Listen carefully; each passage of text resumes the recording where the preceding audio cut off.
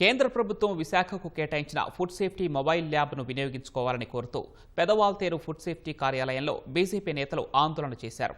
కేంద్ర ప్రభుత్వం లక్షల రూపాయలు వెచ్చించి కొన్న ఫుడ్ సేఫ్టీ వాహనాన్ని అధికారులు ఏడాదిగా మూలన పెట్టారని బీజేపీ నేత మేడపాటి రవీంద్రనాథ్ ఆరోపించారు. సిబ్బంది కొరత వల్లే వాహనాన్ని పక్కన పెట్టినట్లు ఫుడ్ సేఫ్టీ అధికారులు వెల్లడించారు. ఫుడ్ సేఫ్టీ కోసం అని చెప్పి FSSAI మనకి ఇవ్వడం జరిగింది. ఏదన్నా పదార్థాల్లో కల్తీ జరిగితే స్పాట్లో టెస్ట్ చేసి రిపోర్ట్ ఇవ్వడం, నివేదిక ఇవ్వడం, దానికి సంబంధించిన చర్యలు చేపట్టడం. ఈ వెహికల్ని 2024 ఫిబ్రవరి 25న సాక్షాత్తు మన భారత ప్రధాని నరేంద్ర మోడీ గారు ప్రారంభించడం జరిగింది వర్చువల్గా. ఇంతవరకు ఎక్కడ కూడా ఇది దాని తాలూకా కార్యక్రమం చేసిన దాఖలాలు అయితే లేవు. ఈ వీల్స్ ఆన్ ల్యాబ్ అనేది వర్క్ సైట్లు అనేది మాట అయితే వాస్తవం. అదేంటంటే ఆల్రెడీ దానికి ఒక డ్రైవర్ పోస్ట్, ఒక టెక్నీషియన్ పోస్ట్, ఒక ల్యాబ్ పోస్ట్ కావాలి. కమిషనర్ గారికి ప్రపోజల్స్ పంపామండి.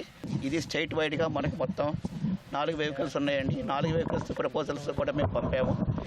వీటి నుంచి రిక్రూట్మెంట్ వచ్చిన తర్వాత మనకు వీల్స్ ఆన్ వెహికల్ ఒకటైతే మూవ్ అవుద్ది. ఒక 10-15 రోజుల్లో ఈ వీల్స్ ఆన్ వెహికల్స్ అయితే మూవ్ అవుద్దని తెలియజేస్తున్నాను.